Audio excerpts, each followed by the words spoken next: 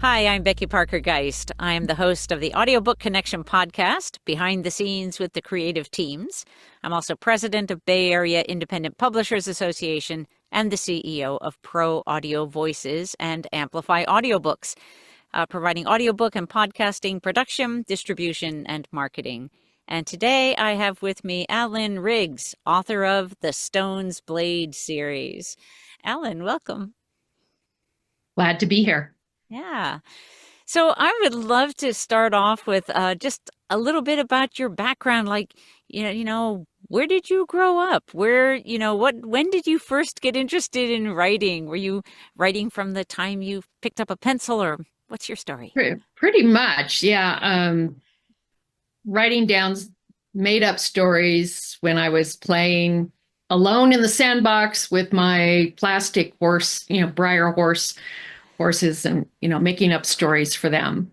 Yeah. That's where I got started and sort of. I actually love that because, it immediately takes me back to my own early days, in the sandbox with the toys, right? And that we are story creators from those early days, especially when our imagination is just full and unbridled and beautiful. Yes. Yeah, great. And now this Stoneblade series that you are writing, you were 4 books in now, right? Is that right? Yeah, I consider it the core quartet. Okay. Music and singing are actually very important throughout the series. And so instead of having a quadrilogy, I figured a quartet fitted a whole lot better. Yeah. And so I love, we're going to explore, talk a little bit more about some of these ways that you're incorporating music and song into the stories. But tell me a little bit about like when this, the sort of the initiation of the story. What was there something that inspired you to write this story in the first place? Kind of, where did it begin? It's actually based on a short story that I wrote when I was 14, in eighth grade English. They said, write a short story. And um, basically, what I wrote about was the crash scene. Um, and the English teacher basically, when she handed it back to me with an A plus, said, you have something very uncommon and don't ever let it go.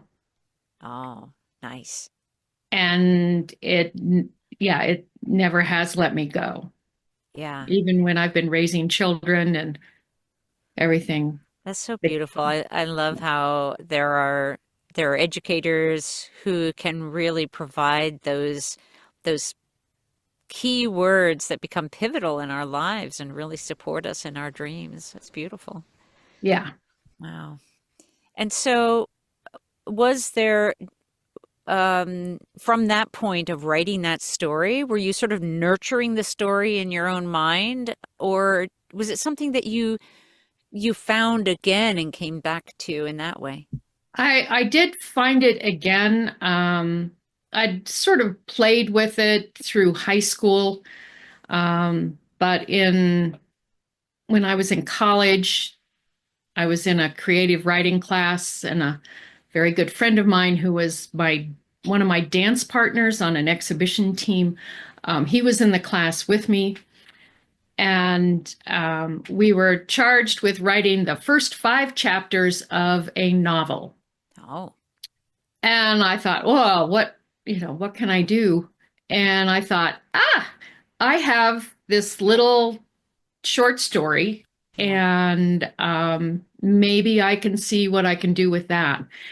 And at that point, the 3 of the characters, Ren Lorray, who didn't have a name in the short story, Okay. and then Ani and Kayla, her telepathic dog, um, they stayed with me through college. I mean, that's when they really came up, and they started showing up in my dreams. Hmm. I would wake up in the middle of the night and have to write something down. Um, It was in some ways kind of disturbing, uh, but invigorating all at the same time. Yeah. And that's by the time I was in college, I was really getting into it, and the story was really building. Yeah. So, tell us about that, the telepathic dog. So, did that, Kayla. yeah, did Kayla have was there a real live canine that was inspiring, that inspired that character?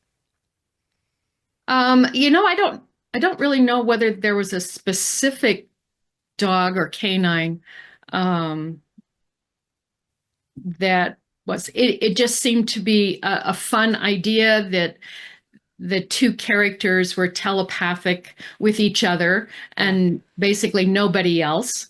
Uh, And Kayla turned into kind of a snarky, best friend for Ani. uh-huh. And he he sort of grew. I mean, thank goodness the characters grew up as I grew up.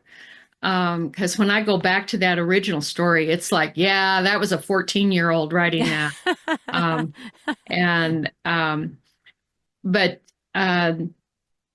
it's their relationship has really, grown up and gotten much tighter. Um, he can tease her. Um, he also can read. Um, he understands everybody's spoken words. Hmm. Um, in Rakiran, which is the language, or excuse me, Teramaran, which is the language that Ani speaks, Hmm. because they're on a different planet. Um, Yeah. um, but he's a great spy. Um, he can sneak into rooms and people just go, oh, it's just a dog. And they keep talking and he gleans all kinds of information.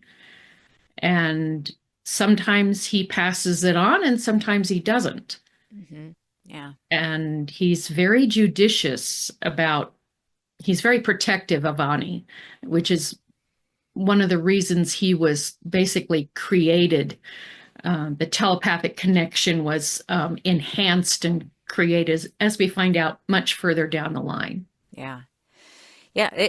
Does it ever make you pause when a dog is nearby now, to wondering if they're Sometimes listening in? Yeah. I've had a couple of dogs who are very intuitive Hmm. and they know when things are not right. They know when it is.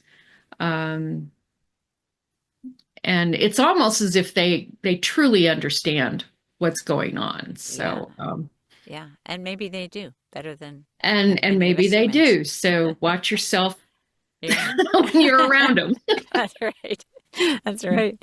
And the music that that is a significant part of the stories. Tell us a little bit about your, how that developed and what your thinking was around the use of the music and the way that you do use it. Um, I'm not exactly sure when the Stones um, came about, but they are alien creatures. They're the guardians of a human type population, and they communicate telepathically with music and song. Um, I grew up playing musical instruments. There was music all around. My father was a square dance caller, Uh, and so I grew up dancing. I ended up marrying a square dance caller, and we are still dancing and entertaining people to this day, almost 50 years worth. wow, beautiful. Um, and I I have to have music around me. I use classical music while I'm writing, Mm. and there's some pieces of music that just um, have enhanced the story, actually. Yeah. So, Any particular composers that you find work best for you when you're writing? um, let's see, Albonini. His it's a piece that's attributed to him. There seems to be some disagreement as to whether or not he actually composed it or whether it was somebody else. But the piece of music, it's in G minor, and it's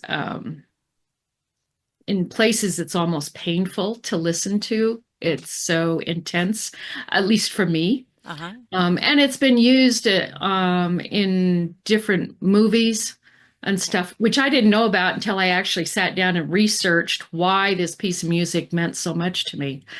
But I have a really wide interest in music. It's not just classical. I go for country western, folk music. Folk tunes are really important.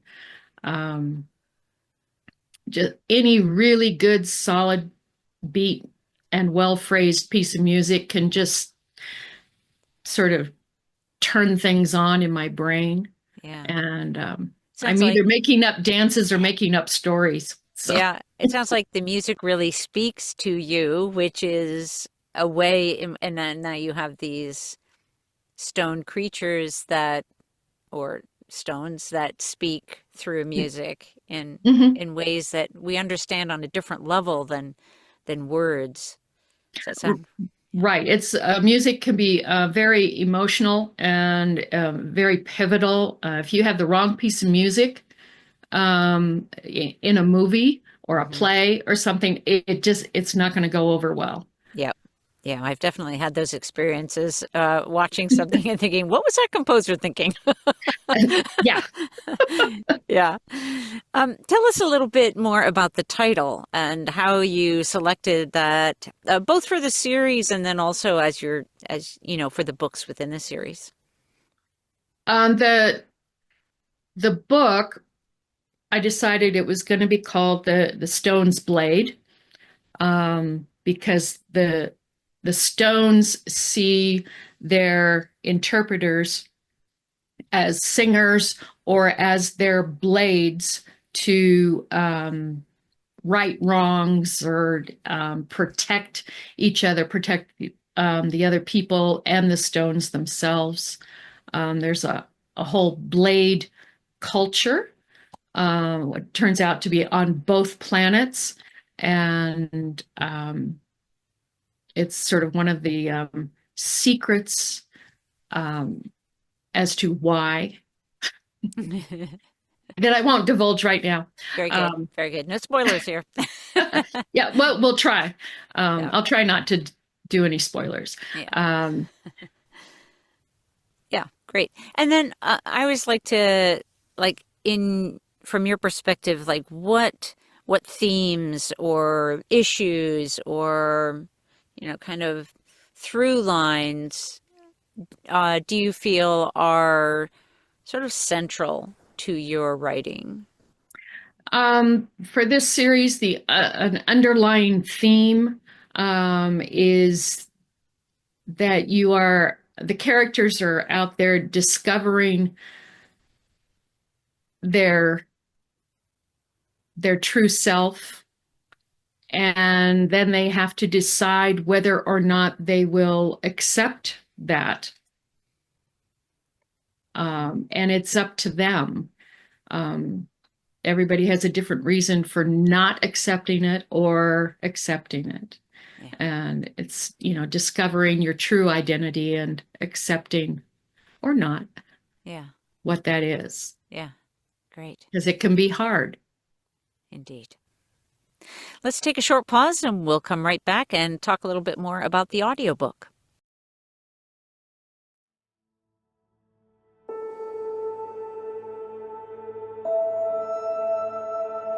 Get your copy of The Blood, The Stone's Blade, Book 1 by Allyn Riggs, an award-winning science fiction fantasy crossover reminiscent of the genres in the 1960s and 1970s before they got harsh, cold, and violent, an epic space opera spanning multiple planets about discovering and accepting your true identity, all tangled up in a 1,000-year-old prophecy deemed a fairy tale by the very people it was meant to save.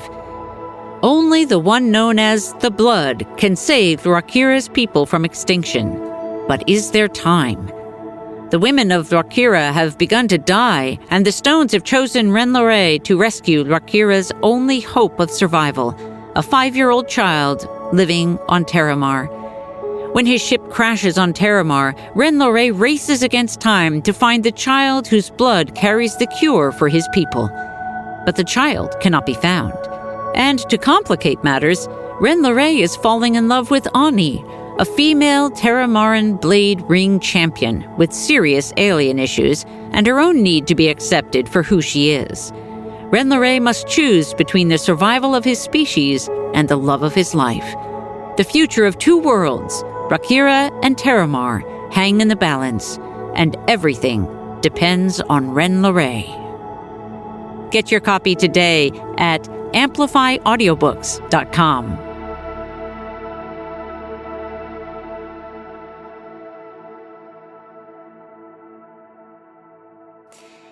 Okay, and so you're now in the process, just so our listeners know, kind of the context of where we are. We're near the sort of wrapping up production for the first in the audiobook series. Yes. And I would love to hear from you about, let's first talk about the narrators themselves. Like you chose Tristan Wright as one of your narrators. Tell us a little bit about your choices in the casting process and your decision making. I know a lot of authors wonder about this part of the process that haven't been through it. Yeah, I was really curious, very nervous about it, because if I chose the wrong narrator or, one that wasn't quite right, that it would impact the story itself. Pro Audio Voices provided a huge list of voice actors to choose from. It was very difficult to choose. There were some that I was like, yeah, no. And nothing against them at all. Right.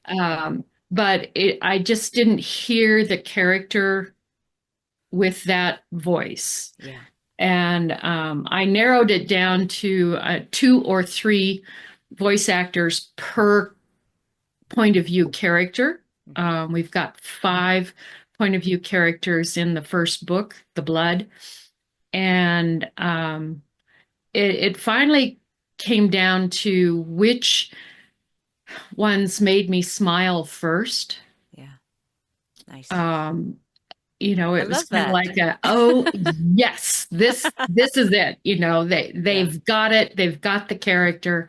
And there were still I think one of the characters where I waffled back and forth for quite a while on trying to decide between 2 of them.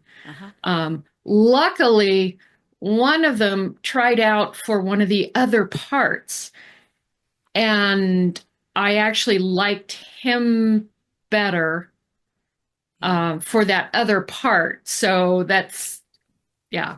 But on one of the characters, the instant I heard the narrator use the dialogue in this deep, growly voice, I was like, that's it. That's, that was a very clear choice for me. Yeah. And I felt kind of bad in a way, about that one, because he only has a very limited number of scenes, but he's 150% that character, and it was the perfect choice. That's great. Is there anything about the process that you've been through so far, about the process of the audiobook production, that either stands out to you in some way or maybe was surprising to you? I was surprised at how my reaction to hearing my words being spoken by someone else. And um, I see the entire series, and actually my entire writing process is, I think, has been influenced now by hearing what I wrote being spoken by somebody else. Yeah. And it's it's amazing. Yeah. And I'm hoping that, or I'm planning on doing more. Yeah. And I do have other projects sort of in the wings, but this big project of having 4 books, a complete series, essentially, um, that I wanted. One of my things was, because I was doing multiple narrators, I wanted to have at least the 3 main characters to be the same voice actor throughout the 4-book series. Right. And I'm so glad that we've been able to do that. Yeah. Great. And how can our listeners learn more about you and your writing? You want to share your website address? You can find me at allynriggs.com. I think that's it. And timberdarkpublications.com also. I am in the process of updating both of those sites. I may combine them into one site, but either one should be able to get you there. Great. The last year and a half, almost 2 years, has been pretty tough. I've had some real serious personal challenges. Right about the time I was finishing up the 4th book, I'm amazed I got it published sometimes.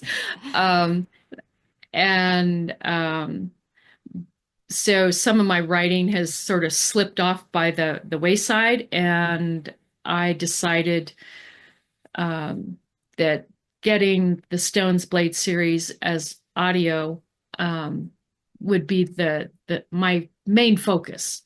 Yeah. And so I'm really excited. Other characters are showing up in my dreams, and so it's like, okay. You're having visitations from your Yeah, characters. as we wind up stuff, other characters, other stories are starting to percolate, and I've got 2 that are pretty cool, and the next one is, I don't know whether it'll be a standalone or not. So we'll see. Great. All right. Well, I encourage our listeners to go sign up to keep up with on your website, to keep up with what you're up to and new releases. And meanwhile, if you haven't gotten your audiobook edition yet, you can get it at Amplify Audiobooks. Again, this is Allyn Riggs, author of the Stones Blade series.